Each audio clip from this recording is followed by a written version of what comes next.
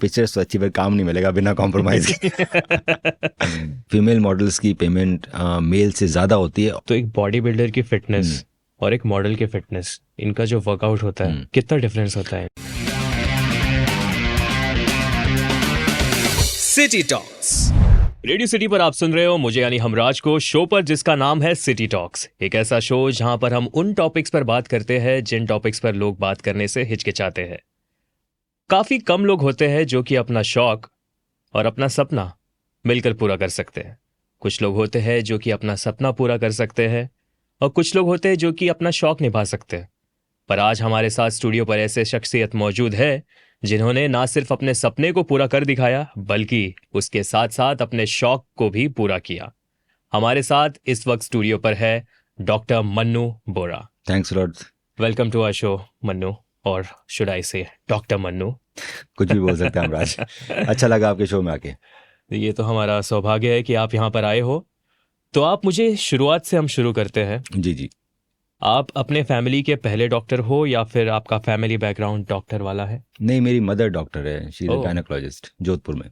आप अपनी मम्मी से प्रभावित होकर आपने डॉक्टर बनना चुना? हाँ, उस समय जब मैं छोटा था, स्कूल कर रहा था, तो छोटा शहर था जोधपुर। उस समय इतनी अपॉर्चुनिटीज़ हमें भी नहीं दिखती थी आखिर क्या बनना चाहिए। तो गिन चुन के डॉक्टर बन जाओ, इंजीनियर बन जाओ, आईएएस बन जाओ, आर्मी में चले जाओ, ये 3-4 प्रोफेशन ही हुआ करते थे। ऐसा था कि मुझे ये भी ध्यान नहीं है कि जब मैं स्कूल में था मुझे एमबीए के बारे में भी शायद पता था, नहीं पता था, मुझे आइडिया नहीं। ओके। सो बहुत सारे प्रोफेशंस के बारे में आइडिया नहीं रहता छोटे सिटीज़ में। तो मेरी मदर डॉक्टर थी तो मुझे लगा ये ठीक प्रोफेशन है, तो मैं इसलिए डॉक्टर बन गया। तो किस एज में आपको लगा कि हाँ मुझे डॉक्टर बनना है? 10th में डिसाइड करना होता है कौन सा आपको सब्जेक्ट लेना है। 9th 10th में मैंने सोचा हूँ ठीक है बायोलॉजी लेके डॉक्टर बना जाए तो ठीक रहेगा। तो ये जो दौरान ये जो चल रहा था जब आपने सोचा कि मुझे डॉक्टर बनना है, इस दौरान कभी भी जहन में था कि हाँ मैं आगे चल के मॉडलिंग भी करूँगा? स्कूल में मुझे लगता था कि मुझे मॉडलिंग करनी चाहिए क्योंकि मेरी हाइट अच्छी थी, पर मुझे हमेशा ही ये मालूम था कि मॉडलिंग एक ऐसा प्रोफेशन है जो कि उसकी शेल्फ लाइफ छोटी है, दूसरा वो अनसर्टेन है, आज काम मिला कल नहीं मिला। तो मुझे लगा कि एक साउंड एजुकेशन बैकग्राउंड होना बहुत ज़रूरी है। दूसरा एक ह्यूमन के डेवलपमेंट के लिए एजुकेशन बहुत ज़रूरी है। सो एजुकेशन को मैंने हमेशा ही इंपॉर्टेंस दी। सो मॉडलिंग करने की इच्छा थी, मॉडल बनने की इच्छा थी, पर मुझे लगा पहले पढ़ाई करो उसके बाद देखेंगे। तो इसीलिए मैंने जोधपुर से, मुझे ये भी ध्यान था कि मैं जोधपुर में रह के मॉडलिंग नहीं कर सकता, तो मेरा हमेशा इच्छा थी कि मैं कम से कम एजुकेशन बॉम्बे या दिल्ली से करूं। इसलिए मैंने काफ़ी मेहनत की 12th में और मेरी काफ़ी अच्छी रैंक्स आई प्री मेडिकल एग्जामिनेशन में, और मैंने दिल्ली का मौलाना आज़ाद मेडिकल कॉलेज उठाया। मेरी रैंक 52 थी ऑल ओवर इंडिया। क्या बात है। पर मेरे माताजी पिताजी को उस समय लगा कि नहीं बच्चे की रैगिंग होगी, कैसे रहेगा कि उस समय मुझे पकड़ के वापस जोधपुर ले आए। फिर मेरी इच्छा थी मॉडल बनने की, तो मैंने वापस काफ़ी मेहनत करी। देन अगेन प्री पीजी में मेरा काफ़ी अच्छा रैंक से सिलेक्शन हुआ, तो मैंने ऑर्थोपेडिक्स उठाई बॉम्बे से। तो मैंने ग्रांट मेडिकल कॉलेज, जो कि one of the oldest schools है मेडिकल स्कूल इंडिया का, वहाँ से मैंने अपनी MS ऑर्थोपेडिक्स पूरी करी, और वहीं से मेरे बॉम्बे से ही मेरा मॉडलिंग का सिलसिला चालू हुआ। सुपर्ब। तो ये ऑर्थोपेडिशियन बनने का पहले से ही तय था या कुछ कहानी है इसके पीछे भी? जब मैं MBBS जब इंसान करता है तो बहुत सारे सब्जेक्ट्स उसके सामने आते हैं कि आखिर उसको किस में स्पेशलाइजेशन करना है। सो एक ऑर्थोपेडिक्स ऐसी ब्रांच जो मुझे शुरू से पसंद थी, खासतौर से स्पोर्ट्स मेडिसिन, क्योंकि मैंने देखा कि बहुत सारे राजस्थान के अंदर स्पोर्ट्स पर्सन हुआ करते थे जिनका अगर इंजरी हो गई और उनकी सर्जरी हुई तो वो कभी भी गेट बैक इनटू गेम नहीं कर पाए। तो और साथ साथ मैं खुद भी एक स्पोर्ट्स पर्सन था, मैं काफ़ी स्विमिंग किया करता था, टेबल टेनिस खेलता था, क्रिकेट सभी लोग खेलते हैं। तो मुझे लगता था कि नहीं, स्पोर्ट्स मेडिसिन एक ऐसी ब्रांच है जिसमें मेरा वाकई में मेरा मन था कि मैं खिलाड़ियों को ठीक करूं, उनको दोबारा गेट बैक इनटू गेम में ले जा पाऊं। तो शुरू से ही मेरा स्पोर्ट्स मेडिसिन करने का मन था, इसीलिए ऑर्थोपेडिक्स करी और फिर मैंने आर्थ्रोस्कोपी और स्पोर्ट्स मेडिसिन में परस्यू किया अपना करियर। तो यही वजह थी जो आपने स्पोर्ट्स ही चुना अपना स्पेशलाइजेशन? और उसी वजह से मैं अपनी फेलोशिप्स करने के लिए बाहर भी गया, न्यूयॉर्क गया, पेरिस गया, जहाँ से मैं और काफ़ी सारी अच्छी सर्जिकल टेक्निक सीख के आया, ताकि मैं वापस आके जो अपने इंडियन स्पोर्ट्स पर्सन हैं उनके लिए कुछ कर सकूं। अच्छा, तो अब मुझे ये बताइए मन्नू कि अपना पहला जो प्रोजेक्ट था असाइनमेंट एज अ मॉडल, वो किस तरह से मिला? वो बड़ा फ़नी था। सो मैं बॉम्बे में था, मेरी पीजी पूरी हो गई थी, फिर मुझे लगा चलो अब मॉडलिंग करनी चाहिए। तो मैंने काफ़ी मेहनत करके बॉडी को शेप में लाया, फिर अपना पोर्टफोलियो बनवाया, फिर मैंने हर जगह अपने ईमेल्स करे अपनी पिक्चर्स को, तो लोग बुलाया करते थे मुझे हर जगह। तो जहाँ भी जाता तो एक बड़ा कॉमन सा था, फोटोग्राफ पिक्चर्स तो अच्छी, पर काम नहीं मिलेगा बिना कॉम्प्रोमाइज। तो मुझे लगा मैं इतनी पढ़ाई करी है, डॉक्टर बन गया, अब भी यही सुनने को मिल रहा है। इट वाज वेरी, थोड़ा दिल को बड़ा दुख होता था ये सब सुन सुन के। फिर मुझे एक एजेंसी मिली, उन्होंने कहा नहीं कॉम्प्रोमाइज़ तो नहीं, आप कुछ पैसे दो और आपको रजिस्टर कर लेंगे। तो मेरे को ध्यान नहीं उस समय, कुछ 3, 4, 5, 10 हज़ार रुपये लिए होंगे उन्होंने मुझसे, और they have registered me in their website. और फिर कुछ दिनों बाद उनका कॉल आता कि आपको हीरो होंडा का कैंपेन मिल गया। तो मैं बड़ा खुश हुआ, हीरो होंडा का मिल गया कैंपेन। सो मैं पहुंचा उस दिन सुबह सुबह, अलीबाग में शूट था। तो उनका है ना एक कॉमर्शियल पहले हुआ था हीरो होंडा के, जिसमें 3 लड़के थे। अब उसको उस कॉमर्शियल का फोटो शूट करना था, तो उनको चौथा लड़का चाहिए था। उस चौथे लड़के के लिए मुझे सेलेक्ट किया गया। वो 2 दिन तक मेरे को घुमाते रहे, उन तीनों लड़कों को शूट करते रहे, मुझे शूट नहीं किया। फिर आखिरी के शॉट में मेरी प्रेजेंस की जरूरत थी, वो था बीच वॉलीबॉल का। ओके। जैसे वॉलीबॉल में 2 लड़के वहाँ खड़े हैं, 2 लड़के यहाँ खड़े हैं, और कैमरा मेरे पीछे है और मेरे सिर्फ बाल आए। तो ये मेरा पहला कैंपेन था। फिर बाद में आपने घर पे का देखो वो पीछे से जो दिख रहा मैंने किसी को दिखाया नहीं। तो मैं कहने का बात ये कि अब अगर आज मैं सोचता हूँ कि मैंने ऐसा कोई इंडिया का ब्रांड नहीं है जो नहीं किया। मैंने सारे डिज़ाइनर्स के लिए काम किया, मैंने पेरिस फैशन वीक किया, मैं मिलान में रहा, न्यूयॉर्क में रहा, काफ़ी बड़े बड़े ब्रांड्स को एंडोर्स किया।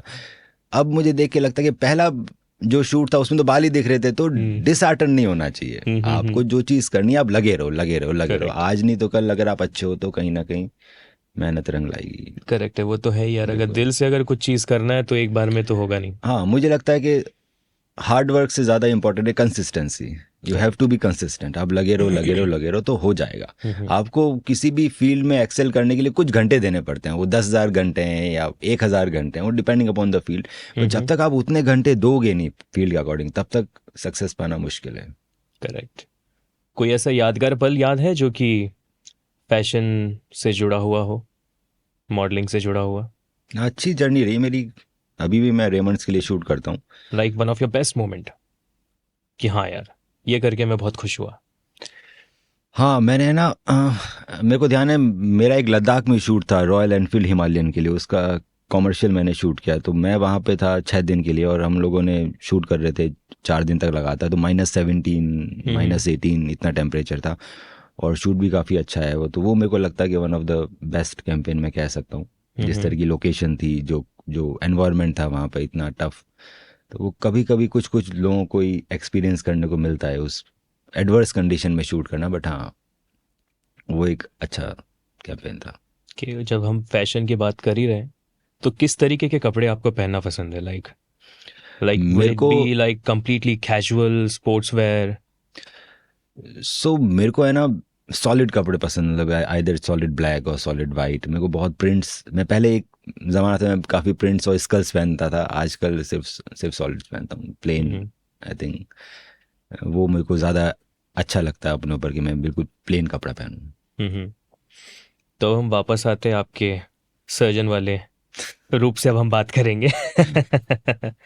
जिस तरीके से इतनी सारी इम्प्रूवमेंट्स हो रही है मेडिकल इंडस्ट्री में इन terms of treatment, do you think AI ने कब्जा कर लिया है इन सारी चीज़ों पर?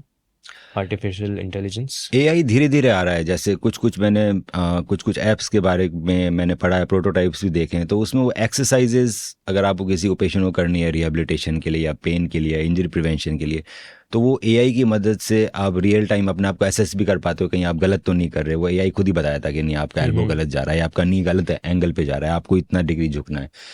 सो वो एक अच्छी चीज़ आ रही है धीरे धीरे मार्केट में, और अभी प्रोटोटाइप्स हैं पर धीरे धीरे वो चीज़ डेवलप होगी। दूसरा, एआई रिसर्च की वजह से जो मेडिकल के इम्प्लांट्स हैं जो सर्जरी में काम में आते हैं, उसमें कितना इम्प्रूवमेंट हो रहा है उसका आइडिया बहुत ज़्यादा नहीं है, पर डेफिनेटली हो ही रहा होगा। नहीं, जैसे कि फॉर एग्जांपल जैसे कि कई सारे ऐप्स ऐसे आए हैं जो कि आपको बताते हैं कि आपको क्या खाना है, कितना खाना है, किस क्वांटिटी में खाना है। तो डू यू थिंक ये जो एप्लीकेशंस होते हैं उस लेवल तक फायदेमंद कहा जा सकता है इन्हें? मुझे लगता है कि आजकल जैसे चैट जीपीटी आ गया और कई सारे और ऐप आ गए हैं जो बिल्कुल एक्यूरेट बता देते हैं। सो बेसिकली वो ऐप ऑलरेडी सारे मार्केट को रिसर्च करके, सारे नेट को रिसर्च करके ही आपको डाटा देते हैं। सो अगर मैं कुछ मेडिकल का सवाल पूछूंगा उनसे, तो वो डेफिनेटली वो उन वेबसाइट्स को या उन जर्नल्स को तवज्जो देंगे जो कि वाकई ऑथेंटिक होंगे। वो किसी एनोनिमस ब्लॉगर ने अगर कुछ लिखा होगा तो उसको तवज्जो नहीं देंगे, उसका नहीं लाएंगे। वो डेफिनेटली मेयो क्लिनिक पे जाएंगे, उसकी वेबसाइट से कुछ उठाएंगे। सो ये एआई इतना स्ट्रांग हो गया कि वो आपको सही सलाह देते ही देते हैं, क्योंकि वो जो सलाह उठा रहे हैं वो बड़े क्रेडिबल सोर्स से उठाते हैं, तभी वो आज टॉप पे। नहीं तो कोई भी एआई टॉप पे होता है, पर अगर कोई पर्टिकुलर एआई टॉप पे है तो मतलब वो सही इन्फॉर्मेशन आपको दे रहा है। सही इन्फॉर्मेशन के लिए आपको सही इन्फॉर्मेशन गैदर करने के लिए किस वेबसाइट से गैदर करना है उनको वो मालूम है। करेक्ट। सो एल्गोरिथम्स काफ़ी स्ट्रांग है। हाँ, और मैंने आपका एक आर्टिकल पढ़ा था जो कि आपके कॉलेज के ज़माने का था, जिसपे आपने कहा था कि during your studies there was a time जब आपने वेट गेन कर लिया था, बिल्कुल। फिर आपने उसे 2 हफ्ते में कम भी कर लिया। सो मेडिकल की स्टडीज़ काफ़ी टफ होती है, ख़ासतौर से जो प्री मेडिकल एग्जामिनेशन बहुत टफ होते हैं। सो मुझे ध्यान है जब मैं प्री पीएमटी मतलब प्री मेडिकल एग्जामिनेशन या फिर मैं pre PG pre post graduation examination की तैयारी करता था, तो मैं दो साल तक लगातार पढ़ाई करता था। तो मैं बैठा रहता था, कोई मूवीज़ नहीं, कोई दोस्त नहीं, कोई पार्टीज नहीं, बैठ के बस पढ़ाई करना। तो डेफिनेटली आपका वेट इंक्रीज़ हो ही जाएगा। क्योंकि फिर मेरी पीजी आ गई। मेरे को लगा पीजी के साथ साथ मॉडलिंग करूंगा, पर पीजी भी इतनी टफ थी कि मैं कुछ कर नहीं पाया। उस समय बहुत सारा वार्ड वर्क रहता था, आपको सारे पेशेंट संभालने। तो उस समय भी डेफिनेटली वेट गेन हो जाता है। तो मुझे 3 महीने की छुट्टी मिली थी अपने पीजी एग्जामिनेशन से पहले। सो हाँ, 2 महीने में मैंने काफ़ी वेट कम किया था, क्योंकि मुझे नॉलेज थी इन चीज़ों की, कैसे वेट कम करना है, कौन सी एक्सरसाइजेस करनी है, कौन सी डाइट लेनी है। तो उस समय मेरे को ध्यान है मैं लो कार्बोहाइड्रेट डाइट पे गया था, तो लो कार्ब डाइट से कम हो गया था। पर मैंने बहुत सारी डाइट अपनाई है, कीटो भी करी है, लो कार्ब करी है। अब मैं जिस डाइट पे रहता हूँ उसका नाम है इंटरमिटेंट फास्टिंग। ओके। सो इंटरमिटेंट फास्टिंग के रिजल्ट्स काफ़ी अच्छे हैं। तो मैं 16 घंटे फास्ट करता हूँ एवरी डे। ओके। और I take only 2 meals in a day. तो वो एक ऐसी प्रैक्टिस है जो मैं पिछले 4-5 साल से फॉलो कर रहा हूँ, और उसके बिल्कुल कंसिस्टेंट और काफ़ी अच्छे रिजल्ट्स हैं। तो आप हमारे व्यूवर्स को भी बता दीजिए कि एग्जैक्टली होता क्या है ये। इंटरमीडिएट फास्टिंग में बेसिकली अगर मोटा बोलूँ तो 12 घंटे के बाद आपकी बॉडी फास्टिंग में ऑटोफेजी के मोड में जाती है। ऑटोफेजी मतलब वो अपने खुद के सेल्स खाने लगती है। तो कौन से सेल्स खाएगी? वो फैट सेल्स खाएगी, कैंसरस सेल्स खाएगी, माइटोटिक सेल्स खाएगी, जो डिब्रीज हैं, जो गंदगी है बॉडी की, वो सब खा जाएगी। सो बेसिकली बॉडी अपने आप को साफ करती है। ओके। सो अगर आप 12 घंटे से ज़्यादा फास्ट करते हैं, मिनिमम में 16 आवर्स, अगर 16 आवर्स तक फास्ट करते हैं, तो आपको हाइपरटेंशन, डायबिटीज़, ये सब चीज़ें कम होगी, आपकी एज बढ़ेगी। That is an anti ageing. आप एज आपकी कम लगेगी। दूसरा, बहुत सारी बीमारियां नहीं होगी, हार्ट डिजीज़ नहीं होगी, और वेट भी कम रहेगा। तो इसकी शुरुआत कैसे होता है एक दिनचर्या? लाइक फॉर एग्जांपल मैं सुबह 5-6 बजे उठ गया हूँ, तो like what am I supposed to consume? सब लोग अपने हिसाब से अलग अलग तरीके से करते हैं इंटरमिटेंट फास्टिंग। मेरे लिए सबसे ईजी था कि मैं रात को जब भी मैं डिनर करता हूँ 10 बजे 11 बजे, उसके बाद मैं सुबह ब्रेकफास्ट स्किप कर देता हूँ अपना। Then I do directly lunch. So breakfast का मतलब ये नहीं है कि वो सुबह ही खाना है। ब्रेकफास्ट मतलब break the fast. So I am doing my breakfast at the lunch time. Okay. तो इस वजह से मेरी 16 घंटे की फास्टिंग हो जाती है। और मेरे लिए ये इजी इसलिए, कुछ लोग रात का डिनर स्किप कर देते हैं। सो डिनर स्किप करना थोड़ा मुश्किल है, नींद आने में मुझे दिक्कत होती है भूखे पेट, और हो सकता है मैं कभी बिंज ईटिंग कर लूँ उठ के। तो इसलिए मैं खाना खा के सो जाता हूँ, पर मैं फिर मॉर्निंग में नाश्ता नहीं करता। Okay. Then I start my breakfast in the afternoon 2-3 बजे जब भी, and then I take dinner. तो I take 2 meals in a day. तो यानी डिसिप्लिन होना चाहिए हर एक चीज़ का। हाँ, बड़ा मुश्किल है फॉलो करना, इतना इजी नहीं है। जब मैंने इंटरमीडिएट चालू की थी तो इनिशियली पहले 9 बजे चालू किया, फिर 10 बजे नाश्ता, फिर 12 बजे। बहुत गुस्सा आता था, हेडेक होता था, चक्कर आते थे, पर धीरे धीरे बॉडी अडेप्ट हो गई। टेक 6 महीने लगे मुझे अडेप्ट करने में, पर अब अडेप्टेड है तो बिल्कुल कोई इस तरह के नेगेटिव इफेक्ट्स नहीं आते। In fact I feel very energetic and very awake in the morning. एक ईटिंग हैबिट और एक डिसिप्लिन कितना इंपॉर्टेंट है किसी शख्स के लिए? लाइक फॉर एग्जांपल अगर उसे डॉक्टर बनना है या फिर उसे मॉडलिंग करनी है, फिर फिटनेस पे ध्यान देना है। देखो, डिसिप्लिन तो सबसे ज़्यादा इंपॉर्टेंट है।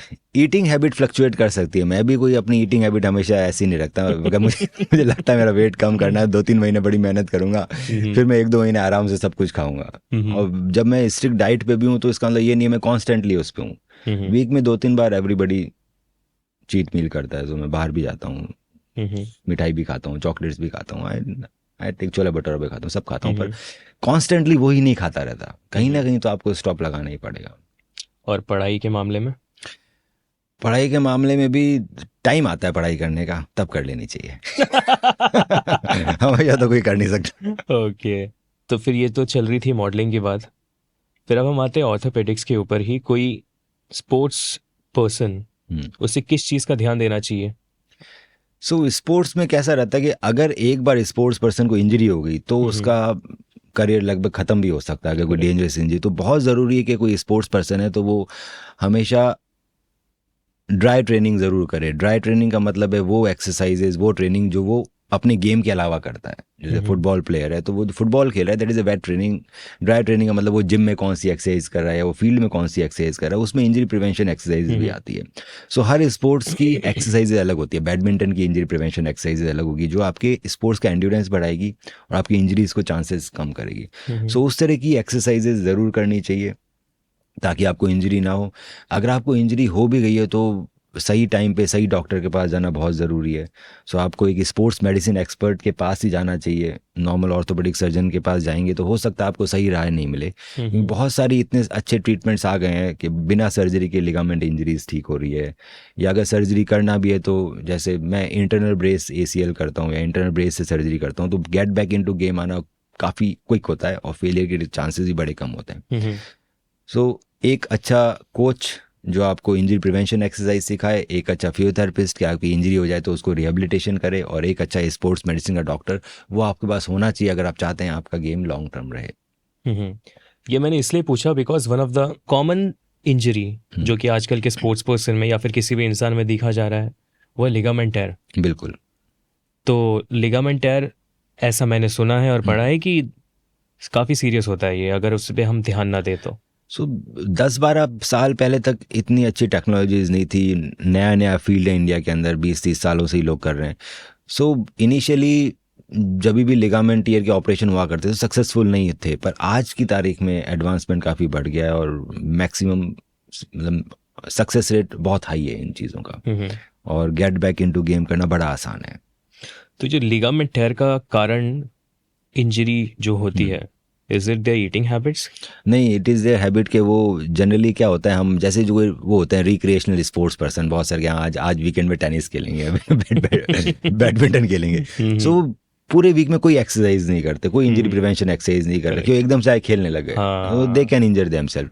जो स्पोर्ट्स पर्सन है अगर उसको ढंग की गाइडेंस नहीं मिल रही कि नहीं स्पोर्ट्स खेलना है तो क्रिकेट खेलना है, फुटबॉल खेलना है, दैट इज इंपॉर्टेंट, पर उसको खेलने के लिए you need to do some exercises. अगर वो एक्सरसाइज वो रेगुलरली नहीं कर रहे हैं, उनको गाइडेंस नहीं है, आजकल इंटरनेट का ज़माना है, गाइडेंस की कोई कमी नहीं है। अगर आपको मालूम है कि स्पोर्ट्स इंजरी प्रिवेंशन एक्सरसाइजेज होती है तो आप गूगल पे जाओ, यूट्यूब पे जाओ, आप सर्च करो अपने स्पोर्ट्स के हिसाब से, आपको मिल जाएगी।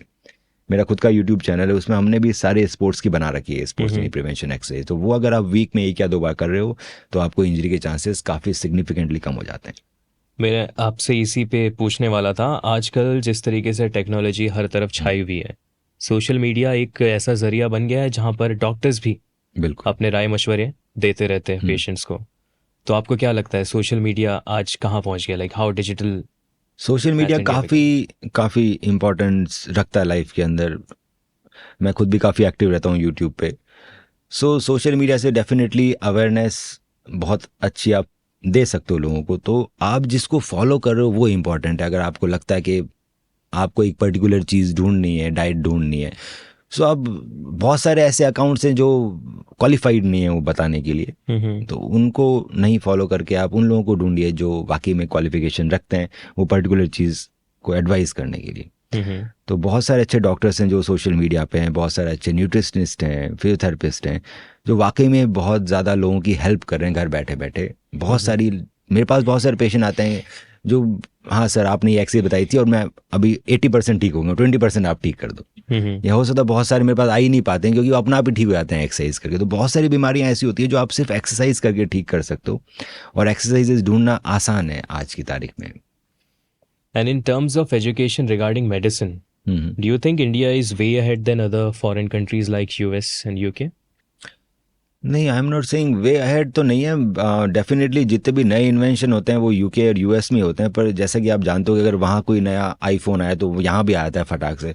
उसी तरह से अगर वहाँ कोई नया इम्प्लांट इन्वेंट होता है या कोई कंपनी, ऑब्वियसली सारी बड़ी कंपनीज बाहर की है, जर्मनी की है या US की है, फ्रांस की है, सो अगर कोई भी नया इम्प्लांट आ रहा है, कोई भी नई सर्जिकल टेक्निक्स आ रही है, सो दे पिक इंडियन डॉक्टर। जैसे मैं खुद साल में कम से कम 4 बार बाहर जाता हूँ for the short surgical trainings. मेरे को कंपनीज बाहर भेजती है, जर्मनी भेजती है, यूएस भेजती है, तो हम लोग वहाँ पे जाते हैं डॉक्टर्स, और ट्रेनिंग करके वापस आ जाते हैं। सो इस तरह के अपग्रेडेशन प्रोग्राम्स बहुत फ्रीक्वेंटली होते हैं हमारे साथ, कंपनीज हमें भेजती है और अपग्रेड करके ले आती है। तो मुझे नहीं लगता कि हम कहीं भी पीछे हैं आज की तारीख में। कुछ भी नया इन्वेंट होता है वो इंडियन डॉक्टर्स को भी मिलता है और सीखने को मिलता है। तो डॉक्टर मन्नू, हमने ये भी सुना है कि आप सोशल कॉज पे भी अपने आप को ज़्यादा एक्टिव रखते हो, उसके बारे में आप हमें कुछ बताएंगे? अभी मैं बॉम्बे में प्रैक्टिस करता हूँ नेक्सस डे सर्जरी सेंटर, और उनका एक इनिशिएटिव है कि हम अभी 3 फीमेल एथलीट्स को फ्री में उनका ऑपरेशन करेंगे।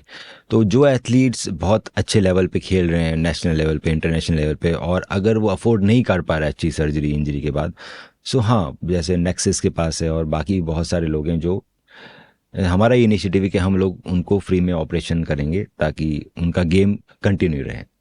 बहुत ही अच्छा इनिशिएटिव है आपका। तो मन्नू, मैं एक और चीज़ जानना चाहूँगा कि ये जो एथलीट्स होते हैं, इनकी रिकवरी जो काफ़ी स्लो होती है, तो हमने सुना है कि एक नई नई टेक्नोलॉजीज़ कुछ इस तरीके से आ गई है मेडिकल इंडस्ट्री में कि बंदा जो कि 1 साल तक ठीक नहीं हो पाता था, वह महीनों में ठीक हो जाता है। डेफिनेटली अब जब लिगामेंट टीयर होते हैं, तो जो पार्शियल लिगामेंट टीयर हैं लो ग्रेड को, उसको हम लोग बिना सर्जरी के ठीक कर सकते हैं with the help of ACP, autologous condition plasma, या स्टेम सेल्स, या PRPs। सो बहुत सारे लोगों को सर्जरी की ज़रूरत नहीं पड़ती, बिना सर्जरी ठीक हो जाते हैं। दूसरा, अगर किसी का लिगामेंट इंजरी होगी और सर्जरी की ज़रूरत भी है, तो इंटरनल ब्रेस एक ऐसी टेक्निक है जिसकी वजह से गेट बैक इनटू गेम करना बहुत आसान होता है। तो back to running after the surgery is 3 months, और नॉर्मल चढ़ना फिरना कुछ ही दिनों में चालू हो जाता है। सो एडवांसमेंट काफ़ी हैं, काफ़ी अच्छे अच्छे इम्प्लांट्स आ गए हैं, जिसकी वजह से एथलीट्स की जो रिकवरी है वो फास्ट है, फेलियर रेट्स कम है, और गेट बैक इनटू गेम 100% तक हो जाता है। फिटनेस की अगर हम बात करें, तो एक बॉडी बिल्डर की फिटनेस और एक मॉडल की फिटनेस, इनका जो वर्कआउट होता है, कितना डिफरेंस होता है इनमें? सो बॉडी बिल्डिंग और मॉडलिंग में बहुत फ़र्क है। हमारे जब मैं मॉडलिंग करता हूँ तो उसके अंदर हमें एक फिक्स मेजरमेंट दिया जाता है कि आपकी बाइसेप्स है वो 12.5 से ऊपर नहीं जानी चाहिए, या जो आपका चेस्ट है वो 40 से ऊपर नहीं जाना चाहिए, 39, 40, 41 मैक्सिमम। सो अगर आप बहुत बल्की हो जाते हो तो आपको कपड़े फिट नहीं आते, सो आप मॉडलिंग ढंग से नहीं कर पाते। अगर आपको एक्टिंग में जाना है तो बात डिफरेंट है, एक्टिंग में आप अच्छी बढ़, पर अगर आपको हार्डकोर मॉडलिंग करनी है और एक्टिंग नहीं करनी है, so you have to be very lean. और वेरी लीन में फिर बॉडी बिल्डर्स, तो फिर बॉडी बिल्डर्स होते हैं। तो दोनों अलग तरह की फिटनेस रेजीम है। मॉडलिंग के लिए जो फिटनेस करते हैं तो definitely it is more of a body workout बहुत ज़्यादा करते हैं लोग। क्रॉसफिट हो गया, इस तरह के कार्डियो, क्रॉसफिट्स, वेट ट्रेनिंग्स में बॉडी वेट ट्रेनिंग ज़्यादा करते हैं। पिलाटेस भी आ गया एक नया। हाँ, तो ये काफ़ी इंटरेस्टिंग रहता है। तो जैसे कि आपने कहा, जिन्हें फिल्मों में जाना है या फिर एक्टिंग में जाना है, वो इस तरीके की वर्कआउट करते हैं। तो आपने कभी ट्राई नहीं किया फिल्मों के लिए? नहीं, मैं अपने बीइंग ए सर्जन काफ़ी खुश हूँ। सो मैं सर्जरी के साथ साथ मेरे को लगता है मॉडलिंग एक पार्ट टाइम मैं कर सकता हूँ, उसमें मुझे बहुत टाइम डेडिकेट करने की ज़रूरत नहीं है। मेरे शूट्स आते हैं बीच में, अगर 2 महीने में या 3 महीने में कोई एक शूट पिक करता हूँ मैं, तो 2 दिन की छुट्टी लेनी पड़ती है मुझे, विच इज़ मैनेजेबल। पर अगर मैं एक्टिंग की तरफ जाऊँगा तो मेरे को अपना ये प्रोफेशन छोड़ना पड़ जाएगा, जो मैं छोड़ना नहीं चाहता। मेरे को जो सेटिस्फेक्शन मिलता है एक एथलीट को ठीक करके, वो वापस गेट बैक इनटू गेम खेलता है और हंसता हुआ आता है, भागता हुआ मेरे पास, तो वो मेरे लिए प्राइसलेस है। तो उस चीज़ को मैं छोड़ना नहीं चाहता कभी भी, इसलिए मैंने कभी एक्टिंग की तरफ ध्यान नहीं दिया। तो ये जो डॉक्टर का जो टैग है आपके लगा हुआ, इससे आपको आपकी इंडस्ट्री में कुछ ज़्यादा ही रिस्पेक्टफुली देखा जाता होगा कि यार। हाँ, मुझे लगता है कि मैंने काफ़ी अच्छे लेवल पे मॉडलिंग की, उसका बहुत बड़ा क्रेडिबिलिटी इसलिए, उसका बहुत बड़ा श्रेय इसलिए भी जाता है क्योंकि मैं डॉक्टर था। मैं जहाँ भी जाता हूँ मेरे को अपने पेशेंट मिल जाते हैं। मैं शो पे गया तो वहाँ पर कोरियोग्राफर मेरा पेशेंट है, फोटोग्राफर मेरा पेशेंट है, आधे मॉडल्स मेरे पेशेंट्स हैं। सो डेफिनेटली इसका फ़र्क पड़ता ही है कि मेरे को।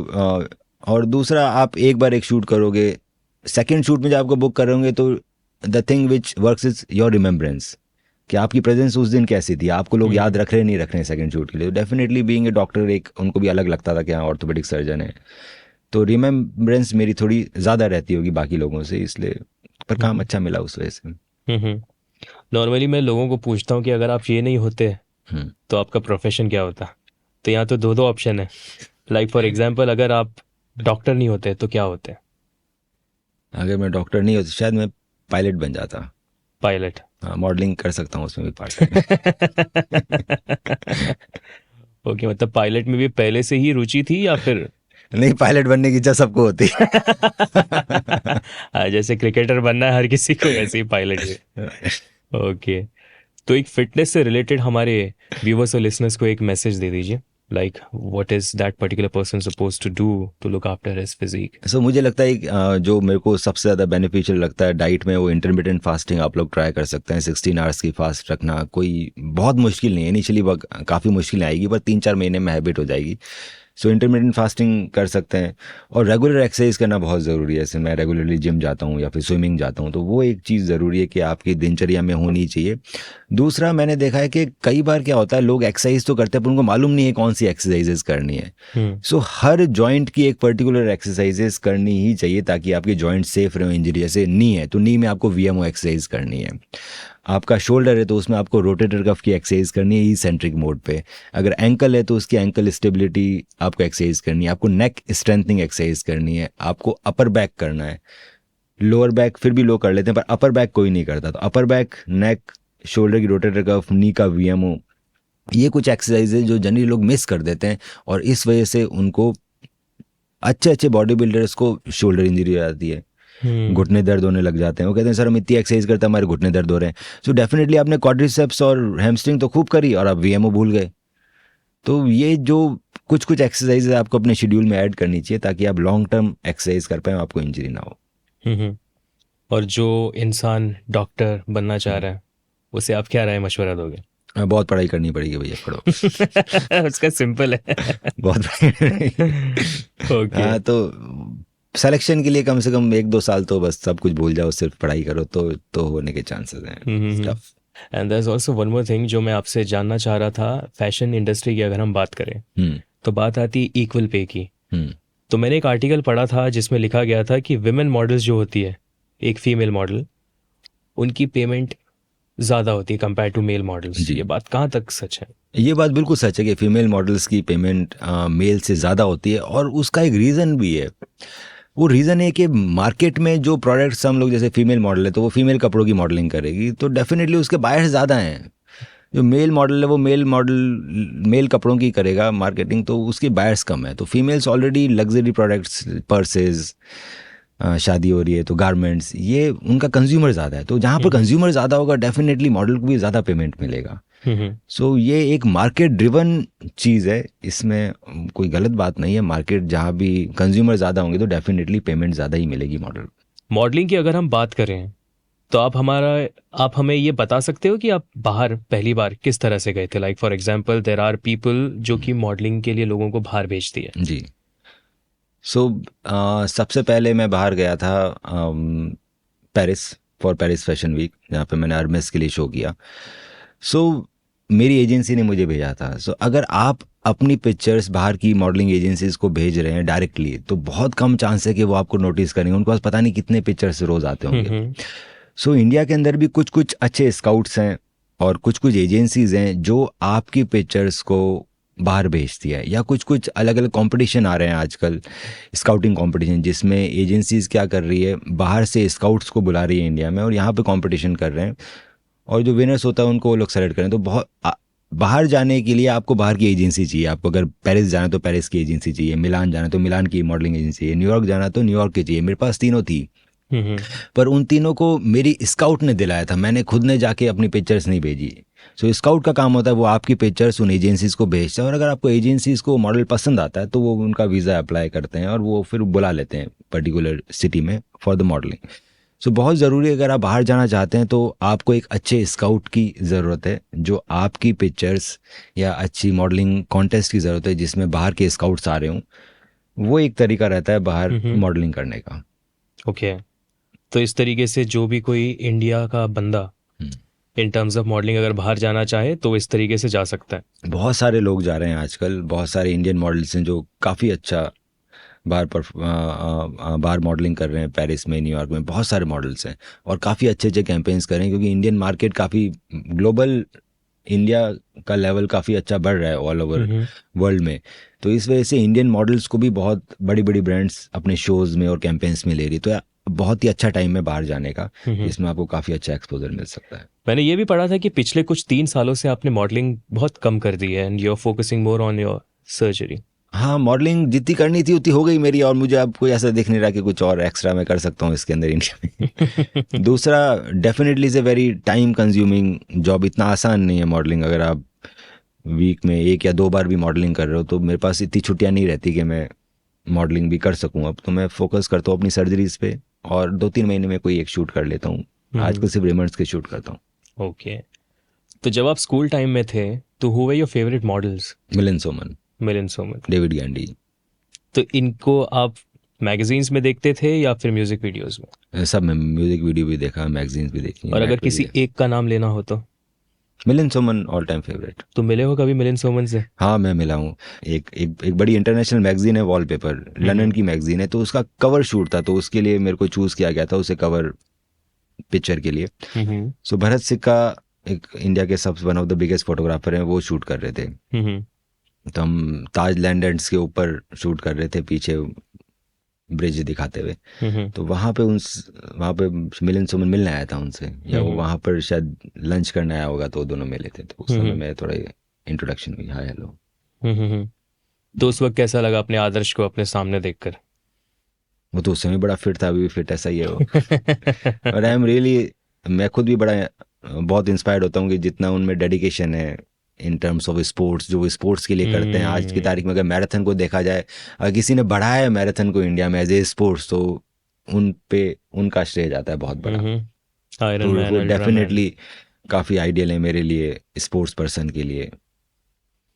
नहीं, इन टर्म्स ऑफ फिटनेस अगर देखा जाए तो वो तब भी वैसे थे, हाँ, और आज भी वैसे हैं। बिल्कुल वैसे फिट, कुछ फ़र्क नहीं। मतलब इंसान को अपने डाइट में डिसिप्लिन सबसे इम्पोर्टेंट चीज़ होती है।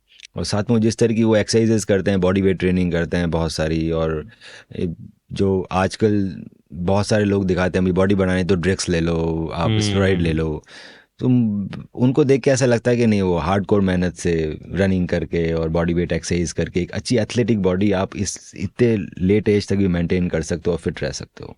Okay, so it was nice talking to you, Dr. Manu. Thanks a lot. So guys, this is me, Hamraj Borai, and हमारे साथ इस वक्त स्टूडियो पर थे डॉक्टर मन्नू, जिनसे हमने काफ़ी सारी बातें सुनी, काफ़ी सारी चीज़ें सीखने को मिली regarding surgeries, fashion, modelling and lot more. So this is me, Hamraj Borai, signing off, and you were listening to City Talks.